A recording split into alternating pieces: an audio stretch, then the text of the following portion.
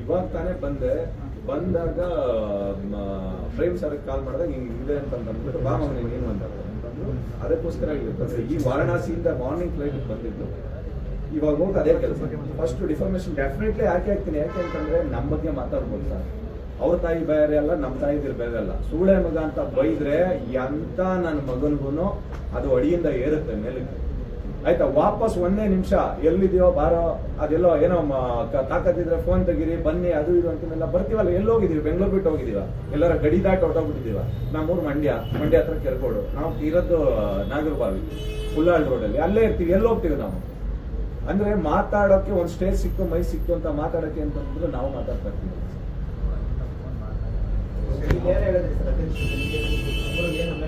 ಇಲ್ಲ, ಇವಾಗ ಬಂದಿದ್ದೀನಿ, ಇದನ್ನ ಮುಗಿಸಿ ಅಲ್ಲೋಗಿ ಮಾತಾಡಿ 100 ಇಲ್ಲೂ ದೂರ ಕೊಡ್ತೀನಿ, ಮತ್ತೆ FIR ಮಾಡಿಸ್ತೀನಿ. ಅಂದ್ರೆ ಮಾತಾಡಬಾರ್ದು ನಮ್ಮ ಬಗ್ಗೆ ಅಂತಲ್ಲ. ಇದು ಸಿನಿಮಾ ಅಂತ ಬಂದಾಗ ಪ್ರೇಮ್ ಸರ್ ಆಗ್ಲಿ ನಾನಾಗ್ಲಿ ಈಗ ಅಪ್ಪು ಸರ್ಗೆ ಏನೋ ನಾನೇ ಹೀರೋ ಮಾಡಿದ್ದು ಅಂತಂದ್ರು, ಅದು ಅದೊಂದೇ ಒಂದು ವಿಚಾರ ನೋಡ್ಬಿಟ್ರೆ ಗೊತ್ತಾಗ್ಬಿಡುತ್ತೆ. ಯಾಕೆಂತಂದ್ರೆ 10ನೇ ವರ್ಷಕ್ಕೂ 8ನೇ ವರ್ಷಕ್ಕೂ 10ನೇ ವರ್ಷಕ್ಕೂ ನ್ಯಾಷನಲ್ ಅವಾರ್ಡ್ ತಗೊಂಡಿದ್ರು. ಅವತ್ತು ಇವರೇ ಹೋಗಿ ಹೀರೋ ಮಾಡಿದ್ರು, ಅವತ್ತು ಇವರೇ ಹೋಗಿ ಆರ್ಟಿಸ್ಟ್ ಮಾಡಿದ್ರು. ಪ್ರತಿಯೊಂದಕ್ಕೂ ಮಾತಾಡೋಕೆ ಒಂದು ನಾಲ್ಗಲ್ಲಿ ಒಂದು ಮಿತಿ ಇರಬೇಕು.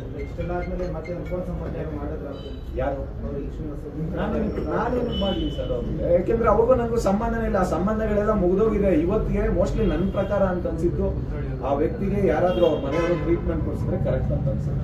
ಯಾಕೆಂತಂದ್ರೆ ಮಾನಸಿಕ ಅಸ್ವಸ್ಥತೆ ಅವ್ರು ಮಾತಾಡ್ತಾ ಇರೋದ್ರಲ್ಲಿ ತುಂಬಾ ಚೆನ್ನಾಗಿ ಎದ್ದು ಕಾಣಿಸ್ತಾ ಇದೆ.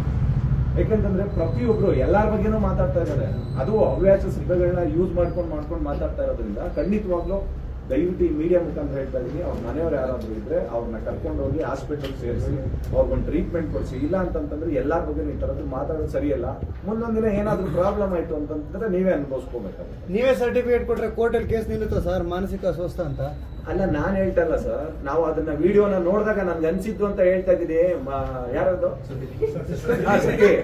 ನನ್ಗೆ ಅನ್ಸಿದ್ದು ಹೇಳ್ತಾ ಇದ್ದೀನಿ.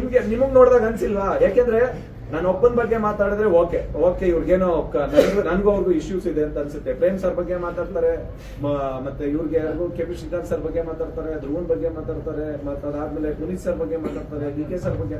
ಅಂದ್ರೆ ಎಲ್ಲರೂ ಒಂದೇ ಸತಿ ಕೆಟ್ಟವ್ರು ಆಗ್ಬಿಟ್ಟವ್ರು. ಅವ್ರಿಗೆ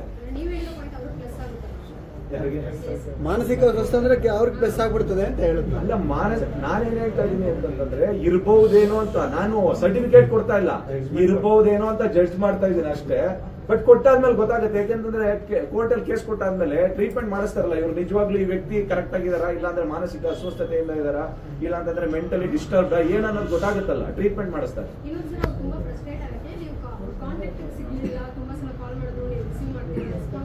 ಏನಕ್ಕೆ ಮಾಡ್ಬೇಕು ಮೇಡಮ್? ನಾನು ದುಡ್ಡೇ ಕೊಡ್ಬೇಕಾಗಿಲ್ಲ ಅಂದ್ರೆ ಯಾಕೆ ಮಾಡ್ಬೇಕು? ನನ್ ಬೇರೆ ಕೆಲಸ ಇಲ್ವಾ? ಬರೀ ಫೋನ್ ಎತ್ಕೊಂಡು ಅವ್ರ ಹತ್ರ ಮಾತಾಡ್ತಾರೆ ನನ್ನ ಕೆಲಸ.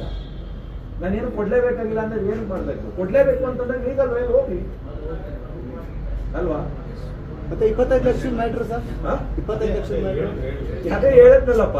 25 ಲಕ್ಷ ಯಾವ್ದೋ ಅಪಾಯಿಂಟ್ಮೆಂಟ್ ತಗೊಳಕ್ ಕೊಟ್ಟಿದ್ದೀನಿ ಅಂತಂದ್ರೆ ನನ್ನ ಹತ್ರ ಯಾವ್ದೋ ಅಪಾಯಿಂಟ್ಮೆಂಟ್ ಇಲ್ಲ. ಹಂಗಂದ್ರೆ ನಾಳೆ ಬೆಳಿಗ್ಗೆ ಬರ್ಕೊಡ್ತೀನಿ ಬಾ. ಆಯ್ತಾ?